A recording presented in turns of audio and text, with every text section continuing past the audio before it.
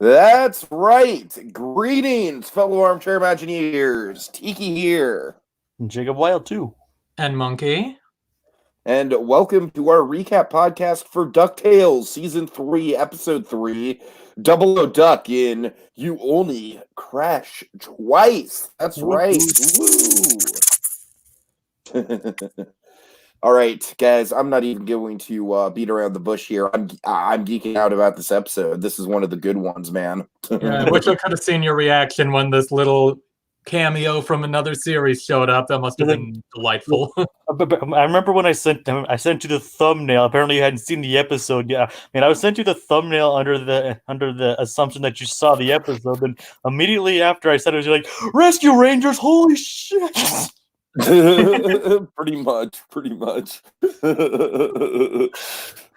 Hey, Inhuman Quake, glad to see you. Hope you have a good Easter. For some reason, YouTube is Inhuman Quake. That's weird that you mentioned that because it's Easter. It'll show up in 3 days. Well, Dragon, good one. But Dragon actually pointed out that that's been happening on his end too. I don't know. YouTube is a tricky thing in Human Quake. I don't know what to tell you. It's weird. Sometimes the videos show up for Dragon, sometimes they don't. We've been monitoring the problem. Anyway, so guys, my thesis statement for this episode is a very simple thesis statement. It's that I feel like this is the kind of episode that YouTubers are going to fucking do video essays about in like 3 years. I love this episode. This episode to me, like, keep in mind recency bias and all that. I literally just got done watching it 10 minutes ago. But I'm geeking out about it. I really am. I thought this episode was pretty flawless from top to bottom. I love Launchpad's arc. I love the Scrooge subplot. I love pretty much everything about this episode. It is a good one. Yeah. All right. Happy Easter to Claude. Hi there, Pink Pearl. What was I going to say? Yeah, this also felt like an experimental episode, I'd say.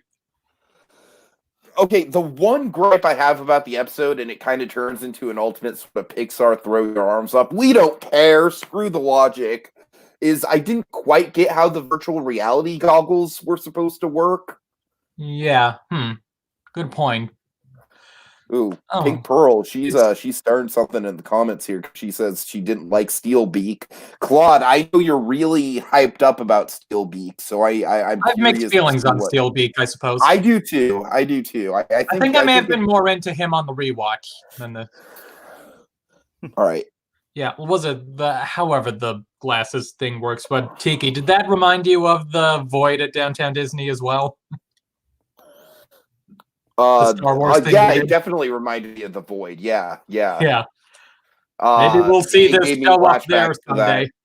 It gave me flashbacks to that one moment that I keep running in my mind of, like, we're on that platform above the lava. I look behind me, and K2SO is following on another platform. That was a geek out moment. That you could feel the heat of the lava underneath you. Oh my god. Yeah. So cool. Anyways. Pink Pearl says his personality rubbed me the wrong way in this episode. I don't outright hate him, but it's not the same. And I kind of agree with that. So let's start. God, this is like the most lively the comments have been in a while, guys. I'm sorry. I'm trying to keep up with all of them and also maintain a good conversation here. Do you want to start with Steelbeak, guys? Because I know Claude's probably chomping at the bits to get to him too. So I also have mixed feelings about Steelbeak. I feel like I like the potential of the character with, he's the second banana who's trying to be the top banana, and he's like too ambitious for his own good. Yeah, I do really like that moment of him like going on like, stop calling me stupid, and then turning on Black Heron and taking things over from there. I really like that moment, that plot development. I kind of wish he had used the intelligence ray on himself, but I guess he was too stupid to think of that. That's a good point.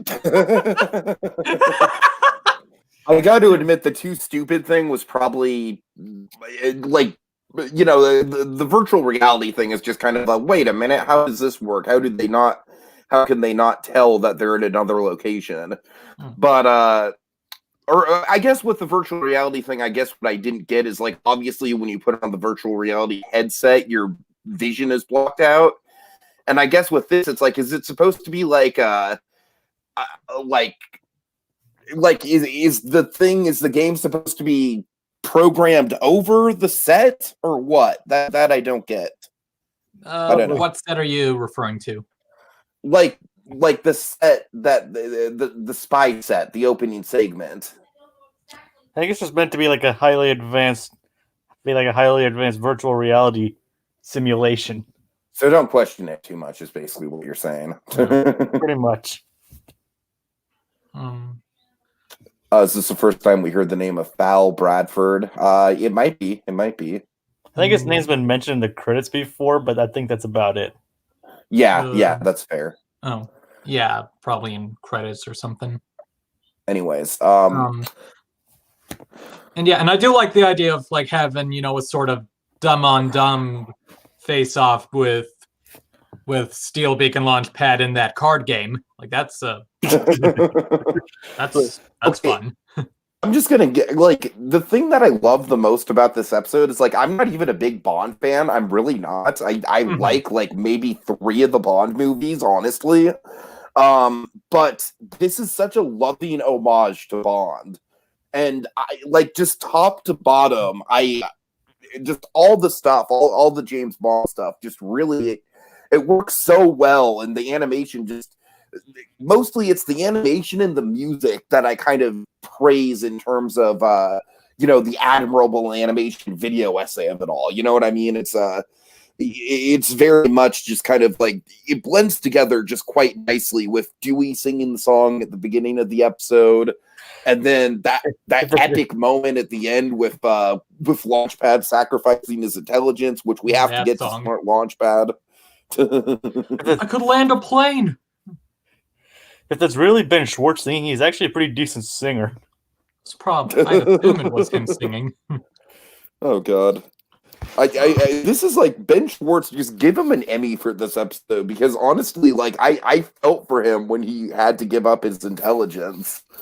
And wait, on top of that, I feel like, or Beck Bennett. Oh, I'm sorry, Beck Bennett. My bad. Yeah, Beck Bennett, real MVP of the episode, I thought, especially with smart Launchpad. Calling Dewey Duford. I love that. It was like, I won't lie, when they introduced the Ray, I figure, that's probably going to make Launchpad smarter. Big Pearl, I will agree that I do miss Paulson as Steelbeak. That I will agree with you on. To be honest with you, I don't want to diss the voice actor here, but my description of the voice actor for Steelbeak is Diet Keegan-Michael Key. Yeah. It just has that same sort of like cadence of how Key just kind of delivers the, you know, Keegan-Michael Key's like sort of screaming dialogue. Like, I'm not stupid. Like, I can totally see that in the Key and Peele bit. I don't know. For the record, I'm not that familiar with the original Steelbeak. Like, I checked out what I think was his first appearance towards the end of last night, after watching this one, of course, you know, inspired by that. And yeah, certainly very different. I'm not sure how I feel in comparison. Yeah, like, he's kind of like in Darkwing Duck, he was actually kind of more of a legitimate threat. Yeah, or like in more of the sort of mobster stereotype or something, like, or New York gangsta stereotype. Yeah, so almost kind of more of a Dick Tracy kind of villain. Yeah, via Rob Paulson, of course. So Sure. I mean, it kind of fits considering Darkwing Duck being kind of like the spirit kind of character. Can I just say that the Egghead costumes that we get in this episode, is it just me, or is it kind of vaguely Powerline-esque? I mean, I know that Powerline exists in this universe, but it's not like it's not like a, ooh, teasing Powerline. Powerline's coming up, but I mean, what if Powerline turns out to be in Foul, but he's actually a double agent? And you know what? Oh my god, I love that idea. I also love the idea that I just came up with right now of Powerline, Bean, and Foul being kind of like a parody of all those dumb conspiracy theories of like fucking Kanye West running the the Illuminati and stuff like that. All right, Inhuman. I don't think he is original actor for that too. Right. And Quake says he loves the design of Steelbeak, and I do agree. I like the design, and I do think character-wise, I'm willing to stick with him. I really am, especially because you all, if you've been following my opinions of the show, season 1, Monkey, there was one character I really didn't like, who we haven't seen yet in this season. No, but I really, but season 2, I really came around on him. Gyro? Yeah, Gyro. Yeah. That would have been funny if he turned up in the last one, like with that in his old look. Of which, remember, the original may or may not be dead. Yeah. True. It's like, was that the clone or original? We have no idea anymore.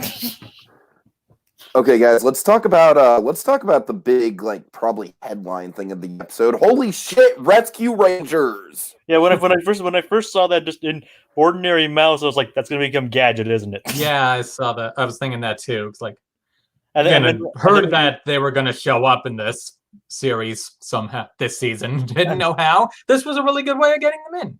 And then fun way of getting them in. And then, then the freeze frame when I saw the 3 other cages, I was like, "Wait, those are the Rescue Rangers." Yeah. Yeah. Oh, yeah. That is definitively the Rescue Rangers right there, man. and then later, when they all came out and built their signature plane, and the theme song started playing, I was like, "Oh boy." Montgomery Jack is my boy. I like how they don't really talk in this one. Keeps them a bit more of their own separate thing. Huh? I like that they're to scale. Oh, yeah. I mean, Chip and Dale have always been to scale, but I like seeing it in comparison to like a big buff character like Launchpad. Yeah, right. I wonder if we scale down to their size to be able to understand what they're saying. Yeah. Oh my god, Cloud Coringa, Christian Shaw is Gadget. Yes, please.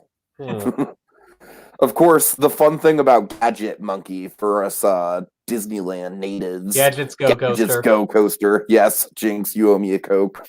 I'm sure I must have told you this at some point because I didn't know what Rescue Rangers was as a child. Like, I assumed it was supposed to be like Inspector Gadget. I also assumed it was supposed to be Inspector Gadget Monkey. That's also exactly what I assumed. I assumed, like, wait a minute, what is this? Is this like all of Monkey? I don't know. This is going to be like a Look a Peach thing, but get ready for it. The morbid mind of my childhood. I didn't, like, this wasn't scary at all to me, but I was kind of like, what is this? Like, Inspector Gadget, like, laid out all his parts all over the roller coaster, and the roller coaster is Inspector Gadget or something like that? Because, you know why I thought that is because of the arm. You know, the arm, like, cranking the hill. And I was just scared of the frogs at the end. Oh, God. Anyways, I'm sorry, Jacob. We're kind of geeking out. Like, this is like local SoCal Disneyland talk here. Anyways. And of course, it's right next to the greatest attraction of all time. Yeah. Chippendale's Treehouse. God bless it. Oh, I forgot about Kid and Molly. Yeah, they're not in there. Yeah, you're right about that. Who? Kid Cloud. I honestly think that we're going to see more Rescue Rangers. I really do, because I love the fact that they're basically like the Ninja Turtles, but with Foul. And I doubt they'd like use them here, like delegate them to like 2 Deus Ex Machinas and never use them again. Exactly. I mean, in this episode, they basically just served as Deus Ex Machinas. But it was such a fun introduction, and I love that they're not just Deus Ex Machinas. I like the implications of what Foul is doing, and they serve that. I mean, I know, but I mean, I'm just saying in the broadest sense, they're kind of like they just came out of nowhere. Well, yeah, absolutely. It still works. I mean, I'm not saying it works. I'm just saying technically it still is a Deus Ex Machina. Oh, yeah. Mm-hmm. But I mean, they're Speaking good. of Val, they're good Deus Ex Machinas. I mean, they're freaking great. Don't get me wrong. I was like, holy crap! I was like, and when the song started playing, I was like, oh, they're doing the song. Oh my God. Speaking of Val, like kind of ironic, we have an episode at Funzo's and the blot doesn't do anything. I always see more of the Phantom Blot. Yeah, maybe that's. Yeah, I guess this explains why the Funzo mascot appears to be a part of Val, like it's tying into them using it as a base. Oh, by the way, I don't think either of you watch this show, but it's very Mr. Robot-esque. If anyone in the comments watches Mr. Robot, very much kind of called to mind that. Name rings where a the bell. hacking organization is based in the arcade on Coney Island. Monkey, it's what Rami Malek got famous off of. Okay. All right, okay, we have to talk about Webby and Scrooge. I'm sorry, I know we're jumping around a bit here, but Webby and Scrooge were amazing, and what I love about this is that it's just a fun subplot that's very much like it's not really connected to the rest of the episode, but it doesn't really have to be outside of like, obviously it kicks off the plot with them being in the arcade, but honestly, it's just a really, really fun bit of character development for Scrooge. I kind of loved it. Was it like skee ball, like prospector-based skee ball, even seems like the kind of game he would get into there. Yes, of course he'd get into that. Oh my God! I mean, it's a classic plot of like someone like doing that, getting addicted and all that, but Scrooge taking don't get me wrong. It's very much a cliche. Like it's a sitcom cliche for sure, Jacob. Yeah, absolutely. It is. But Scrooge like takes it to the extreme and begins like hoarding his tickets. It's like everyone wants a piece of my fortune. My favorite bit with it is right at the end where oh my God. The punchline. Yeah. The punchline of the punchline, to be specific. The punchline of the punchline. Yes, he gets the comb for all the tickets, and Dewey asks, like, how much money did you spend on that? And just, oh my God, I love Scrooge just quietly sobbing to himself. Such a brilliant. One of my favorite parts of that was like, Webby's like, "Oh, the tickets expire today. Yeah. The day." It's like they don't expire today. She's like, wielding the pizza pan. Yeah. I mean, how much did you spend? That's the perfect punchline for this whole. I was wondering that as soon as he put in the first quarter, I was like, wait a minute, that's kind of uncharacteristic of Scrooge to even spend that much. You're like, this is someone. Maybe not that much, because Scrooge isn't like Mr. Krabs, where Mr. Krabs will literally like be like, "There's nothing on this earth I won't do for a dime, boy." Yeah. But it's like, I don't know. I mean, who knows? He could have just put in like a couple dollars of quarter, like be like less than like $3 of quarters, done really good, and just still cry because of that. Because this is Scrooge. I don't know, 3 million tickets on skee ball. There's no way that was only $3. Well, yeah, I'm thinking like a few $100, honestly. Well, in quarters, I mean, who knows? Who knows with Scrooge? Well, I'm just saying, it's basically gambling, and you can spend a few $100s on gambling pretty easily. I mean, for him, though, that's just pocket money. Oh yeah, but still, every dollar counts, and so Scrooge is quietly sobbing to himself. Fetch your uncle a tin of mutton. I think they have nachos. And of course, I mean, it's funny enough that all those tickets just got him a tiny thing. Yeah. Which, by the way, that was honestly probably another nitpick I had with the episode. I thought they should have at least gotten a cool prize out of it. I mean, it was a funny punchline. Yeah, I will admit that, but I think it's unreal. Like, for those tickets, like, I don't know. Like, I wonder if Webby, set it up so that he thought the comb was worth all that much. Maybe. Just to get him to stop.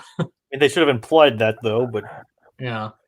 But I'm just saying, like, from what I remember from Chuck E. Cheese, I mean, obviously I haven't participated in the Chuck E. Cheese ticket market in quite some time. Yeah. But there's other arcades besides just Chuck E. Cheese in Scandia. Yeah, sure. But but what I'm saying is that whenever I go to skee ball, I don't even I don't even play to redeem the tickets, so. mean, But I'm just saying. I mean, I can attest to the skee ball's addicting. I can attest to that.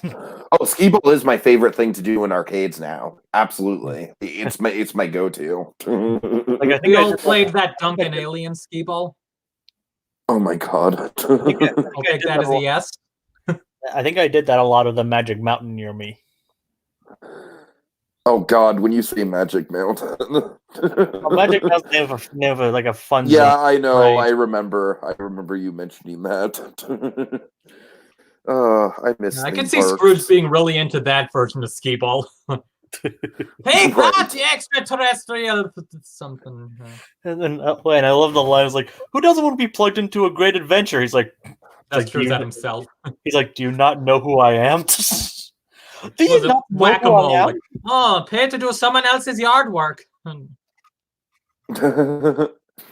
I think the best versions of skee ball are. I don't know if you guys remember these, but they were the ones from the 90s that were kind of like neon pink, and the balls were like neon green and kind of like molded, and they had like the 1,000-point things on the top sides. I may or may not No? know what you're referring to. I mean, it's all Is good. it, All is it right. like that ice ball one? Or- Kinda. I think maybe. Yeah. Yeah. Yeah, I remember the balls pink. were kind of like. I don't remember the balls being green. I don't even. All I know with the balls is that they kind of had like a weird texture to them, and they weren't like the usual brown balls. Anyway. Yeah, I think I'm guessing it's that ice ball kind. Claude said like Glum Gold playing skee ball. Oh my god. How about Scrooge and Globble getting into a skee ball? Like, oh, we'll settle this the old-fashioned way, Scroogey. A skee ball tournament. I really want to see just all the ways Glomgold sucks at it. You probably try to blow it up. Like sets a shark on it. Yeah, shark bomb as he called it. Yeah. We haven't seen Glomgold yet either. Oh, We saw his Yeah, building the in this episode is one. young. But... The episode, the season is young, guys. The season Oh is yeah, young. of course. It's only the We third haven't episode. seen a lot of people. Well, We yeah. haven't seen Mark Beeks. We haven't seen. Fenton, Yeah. True. And technically, Duckworth's Scrooge is more minor in these than any other characters. Like yeah. I mean, he's just a bit player, been a bit player in these episodes.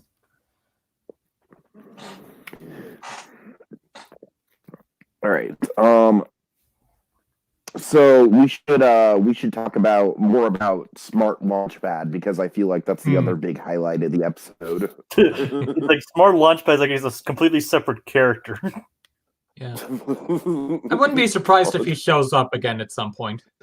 Kind of like a la the other voice of Donald, Don Cheadle. Kinda, yeah. Or like I'm going for a soak. I wouldn't be surprised if that's kind of like a reoccurring thing. Like, Monkey, I'm gonna pull a South Park poll here. You remember that one season of South Park where Kenny's soul was trapped within Cartman's body? I believe I've seen one of those, yes. Yeah, I so only it's kind of recently like found out that. there was more than one, but yeah. Oh God. Wait, more than one what? Episode with Kenny stuck in Cartman's. Oh, yeah. I'm sorry. Yeah. It's a whole arc. It's a whole season arc. Yeah. When you said more than one, I was like, wait a minute, did I miss something where there's like multiple Kennys? Because I haven't watched the show in a while. Multiple Kennys running around and dying in different ways. I'm just saying, like, did they pull like some Rick and Morty shit and actually like explain the Kenny thing? Like, did they pull some pseudoscience? Like, I don't know. I haven't watched the show in a couple seasons. I honestly wouldn't know if they did or not. Like, I just heard about Randy and the Marshes like having a marijuana farm or something like that, and this is news to me. I don't keep up with it. So how do we get Anyways, Kenny in DuckTales? Oh my God, no, I'm just. They did make him he did get turned into a duck-billed platypus once. So. All right, I'm shutting this conversation down. That's Good idea. Ridiculous. right, let's see. So much nostalgia in the season with The genie stuff. yeah. Let's see. I know when Claude says he knows when Gyro and Fenton are going to show up. I'll be happy to see Balloon. Yeah, Baloo and Shere Khan. I think they're just focused. I think they're just gonna have Kit and Molly for. I think that's gonna be the adult versions of Kit and Molly too. That's what I heard. Yeah. Harry the Platypus. I don't know about that, Claude. Maybe in like a one-off crossover or something. Yeah, I don't think that'll work. I don't think that would work. I don't know. No offense, Claude. I mean, I'm a fan of that show, and I don't even think that would work here. I think what we're dealing with here is we have to stick strictly to Disney Afternoon. Mm-hmm. Like, we can't go into one Saturday morning because that's a whole different ball game of like, human characters like Recess and stuff like that. It has to be Disney Afternoon. As long as it's a Disney Afternoon show, it's fair game. Fair fucking game. Anything counts. What about Gargoyles? I absolutely want to see Gargoyles. I know that Monkey's chomping at the bits to see more gummy bears. We got more of the gummy bears theme in this one, so that's Black Heron's theme. Claude, you really want James Monroe Englehart in the show, and I don't blame you. He's great, but what was it? Where was I? Yeah. So, I'm just gonna say this just for the stupid novelty of it. Yeah, let's get Schnookums and Meat in there. James Monroe Englehart can voice both of them. And of course, the Mighty Ducks. I want to see the Mighty Ducks. They're fair. We got a Mighty Duck mask in one of these. So. Yeah. Bonkers. Yes, in Human Quake. You read my mind. Bonkers. Honestly, I think out of all the Disney Afternoon stuff, Bonkers would be the most challenging thing to adapt to the show, and I would be impressed if they pulled it off. These guys have definitely done their research. Okay, what about Timon and Pumbaa? Ooh, was that technically Disney Afternoon? Maybe? I don't know if that was. I mean, that might be trickier since they're actually from a movie. I'm pretty sure. What if they just had some gag with a meerkat and a warthog? I'm pretty sure that Timon and Pumbaa would. I'm pretty sure you would qualify those as like an animated. I don't know, but then again, I'm pretty sure the Aladdin show was also technically under Disney Afternoon. Sorry for the typing. So fuck it, Aladdin crossover. Let's do it. Little Mermaid monkey. I don't know if that was Disney Afternoon, but we're getting somewhere with that. I'm fairly sure my God, can they get the Lobster Mobster on this show? You'd have to recast it, but wow, that would be something. The Lobster Mobster, is this a regular character? In the first season, yeah. Oh, God. Yeah, he was the moment where I realized the show was a mindfuck. Roger Rabbit would be an interesting prospect. Yeah. Maybe Roger Rabbit is like a famous stand-up comedian, or even like a washed-out stand-up comedian. What was it? I think I remember bringing this idea up before, but something like maybe Von Drake's not dead. He's just stuck in some interdimensional thing like Ant-Man, and maybe all these different Disney TV show characters are passing through there as well. Like even some of the One Saturday Afternoon stuff as well. I don't know. It's One Saturday Morning, monkey. Morning. My bad. Get it right. Okay. Hello there, Professor Ludwig von Drake. He could be in that bathtub from House of Mouse. I don't know. Oh, the Hydro Scourger. Yeah, the shower. Inhuman Quake is confirming Timon and Pumbaa, Aladdin, Little Mermaid, all part of Disney Afternoon. Okay. Well, there you go. You know what? As far as I'm concerned, this is the Disney Afternoon cinematic universe that we're building here. Yeah. I don't want to have all of Disney on the table because that would just be chaos.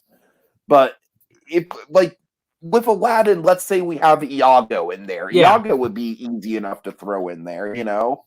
As long Yeah. as they're I'm not Okay. sure about Little Mermaid. As long as they Maybe follow the- Oh Sebastian. God! What if we're gonna be able to include Aladdin and Lion King? We need to, and some sort of mashup thing of all of this. We need to get Iago and Zazu together.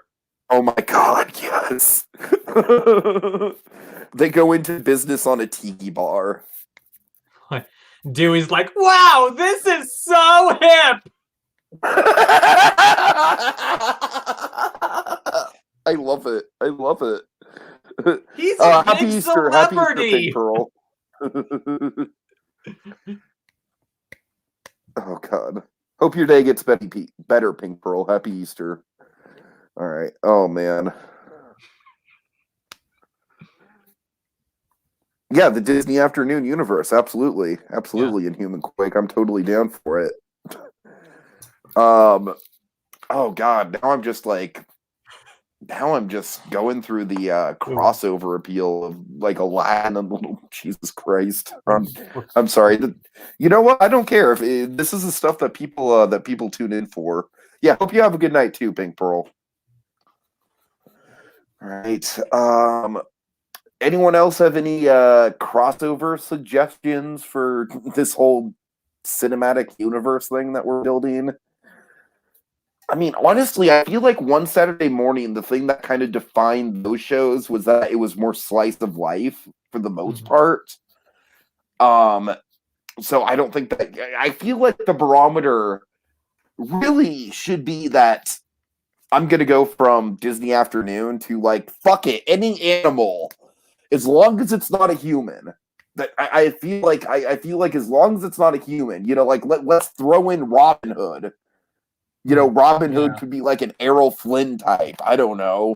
Yeah, that would be fun. Yeah, Get that would Robin actually Hood in there. that would be interesting to see this with see an incarnation of like an old Legend of Robin Hood kind of thing. I'm just saying, as long as it's like a 2D animal, anthropomorphic or otherwise, well, probably mostly anthropomorphic. Yeah, probably I couldn't would have wanna- the dumb. We probably shouldn't have the Dumbo crows though. Well, I don't know. Knowing this show, I have faith in this show to Right. do it. They probably Could they pull off the Song of the South animals? Oh, dude, I honestly want them to try and do a Song of the South like 2D animated movie. That would be my jam, and just call it Splash Mountain. Just say like we're basing it off the ride, guys. No connotations.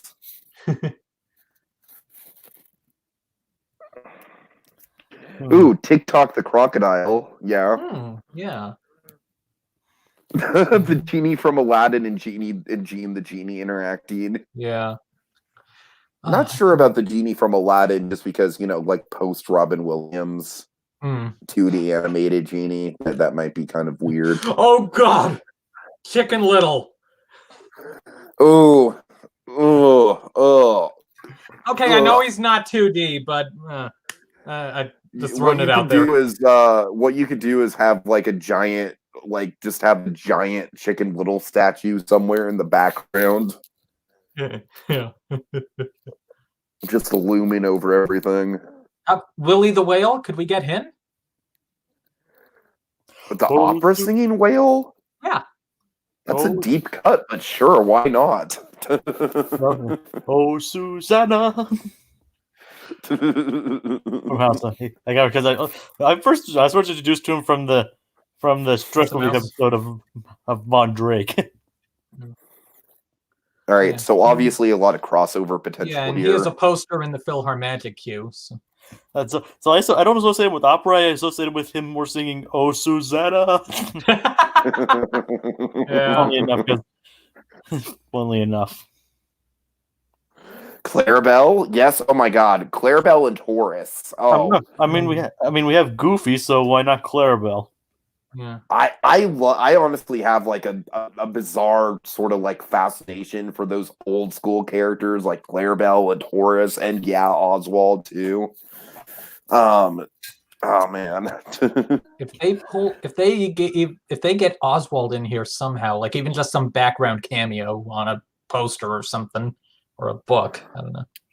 I'm not sure about Pixar characters, Claude. I feel like Pixar characters for the most part kind of are designed to exist in a 3D space. Mm-hmm. I mean, I'm not saying they can't do 2D stuff, but Can we get any Home on the Range characters?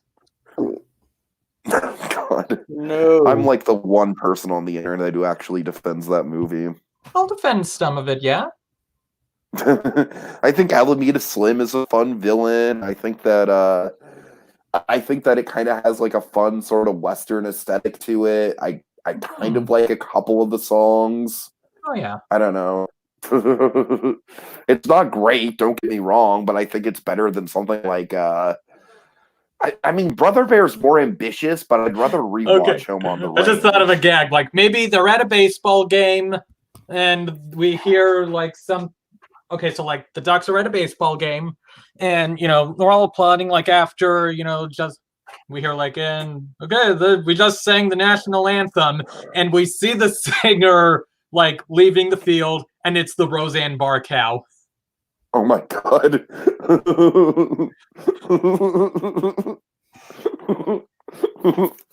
Oh Jesus. All right. Let's see. Pete. Yeah, we should. I'm honestly kind of surprised that Pete hasn't showed up yet. Honestly, Pete could be unless they're saving him for Goof Troop. Sylvia, yes, absolutely. But I would love to see Sylvia and Goof Troop though. Gremlin Gus, sure. Treasure Planet aliens. That's kind of a weird pull, but I don't know. Sure, why not? All right, guys. Just anything else? Like one fun thing with the Launchpad stuff that we really got off track with this stupid cinematic universe talk. It's fine. I'm having fun with it, but ooh, yeah, Pete needs to be the villain for DuckTales season 4. And Human Quake, I like that idea. I like where you're going with that. It'd be more of a personal villain, I would imagine. Like I could see Pete as maybe like a Big Bob Beavers type of businessman.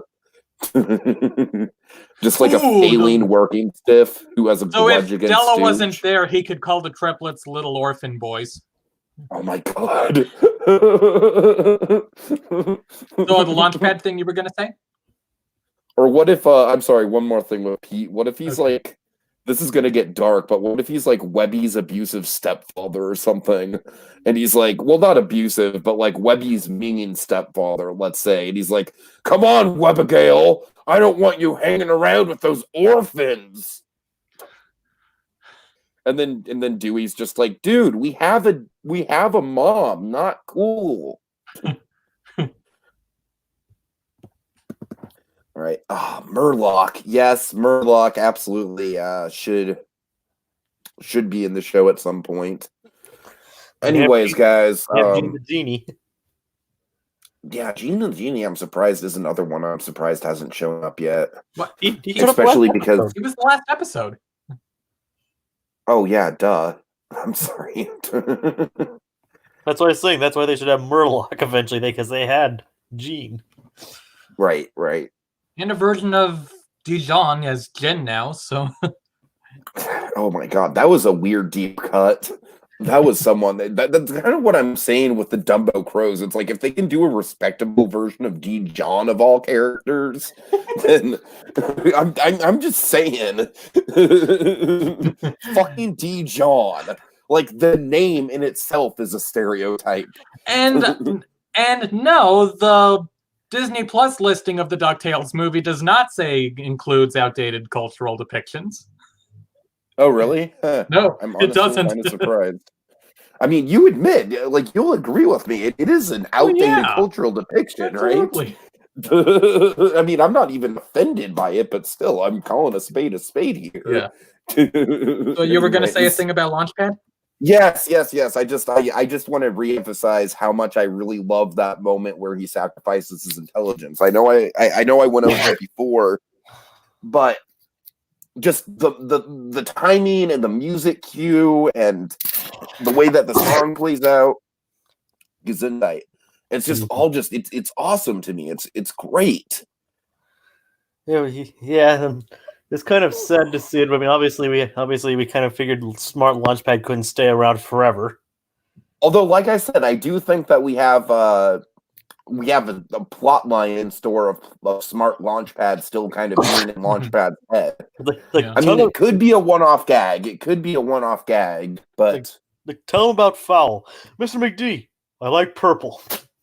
oh god. Just throwing Also, it out I really there, throwing some stuff to this line I like, the black heron has something about like, brought them here where Scrooge McDuck will come looking for them because he's Scrooge McDuck. If only she knew he was busy playing a skee ball game. Yeah. Also, with Launchpad, this is like the last thing I got, and then we should. You okay there, Jacob? Yeah, it's just allergies. Then we should wrap up. I really love the moment with Launchpad, just from a comedic point of view, where he's like yelling to Dewey from the boat, and then it pans over, and like obviously, can't hear him. Obviously Dewey can't hear him. That's fun. That's fun comic timing. That's kind of realistic, honestly. I mean, yeah, it is. It is. I mean, two loud motors going on and all that, you wouldn't be able to hear anything. Sort of reminds me of the gag at the end of Shazam where the villain's monologuing and then it turns out Shazam. That was a great gag. What? I can't hear you, dude. Shazam. Yeah, Shazam is kind of underrated, honestly. Not enough people talk about how good Shazam is. I love Shazam. Howard the Duck is Della's husband. Man, that would be a twist. Oh god. Interdimensional alien duck. What's Howard's line in Guardians of the Galaxy 2? Something like, once you go duck, you never go back, or something like that. Something along those lines. You know what they say. Knowing the combination of Howard the Duck and James Gunn, that wouldn't surprise me. You're out of luck until you've gone duck. Yeah, that's it. You're out of luck until you've gone duck. Like I said, God. knowing Howard Donald's persistently unlucky. So.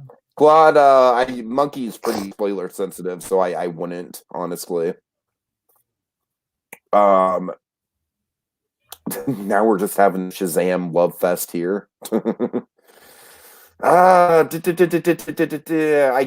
pretty sure that's it, guys. We've got 5 people in here, so I kind of hate to sign out. That's why this has been going longer than usual, but the comments have been pretty active. So anything else you guys want to talk about, throw it out there. And I'd be willing to stay on for about 15 more minutes. I got to kind of watch the streaming time here. Or if you guys are good to go, then we'll go ahead and sign out. I will let Claude and Inhuman Quake dictate that, and whoever else is in here. Now, the next week's episode I've done, there's no synopsis, but The Lost Harp of Nirvana. There was a personal recess meme I have that could be applied to that, so I shan't bestow it upon you, at least not now. Inhuman Quake, I have not heard of this Maggie Playdate. What is this? Is this it's the short before Onward. For that. Oh, Maggie's Playdate. Yeah. Playdate with Destiny. Right. We probably should review that, actually, come to think of it. It's on Disney Plus. Yeah, we'll review that. Sure, why not? I really like it, actually. It's probably the best Simpsons anything I've seen in years. Claude's really wanted us to talk about Kid and Molly. Honestly, I barely remember them, but how do you guys think they'll be introduced? Do you have any theories about it? I mean, if they continue the whole tailspin flying thing, who knows? They could be rivals to Launchpad or something, or would they look up to Launchpad or something like that? Maybe like Della's pilot friends, huh? Something like that. Like, and they come like. I think looking up to Della would probably make a lot more sense than Launchpad. Now, one thing I know with Tailspin is that Louis Prima's family and estate was not happy about the way that King Louis was portrayed in that show.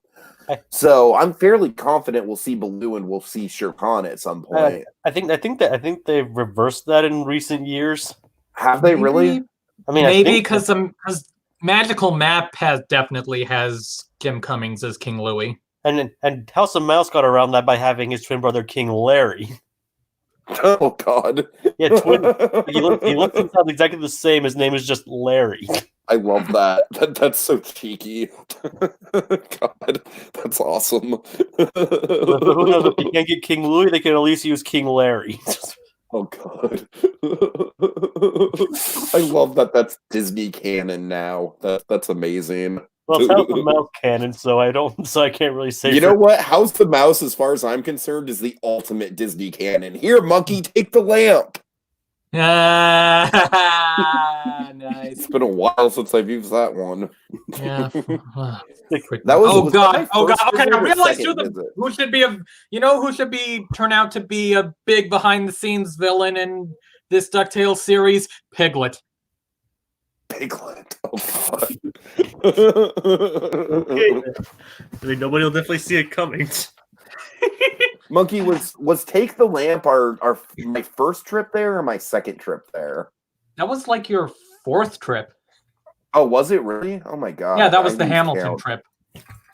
Oh, that was a Hamilton. That was the third time I was up there. Well, yeah, I guess That was your fourth. At okay. least. Let's see. Now I'm having to count my trips. So the first You one were here was Rent. 3 times in 2016. Okay, the first one was Rent. The second time was when Evan. Evan was down here. What was the third time? Like December. Oh my God! Oh God, that was a shit show of a trip. Oh Jesus! And that was when I was with my grandma, right? Yeah. Okay. Yeah, was that when you did Knots for the first time? Yes, that was the best part of that trip for sure. Anyways, Yeah. Okay, I'm sorry, folks. I'm getting nostalgic here. Winnie the Pooh and DuckTales. I don't know. I feel like Winnie the Pooh is kind of its own thing. Yeah. Yeah. If anything, at least do a continuation of many adventures.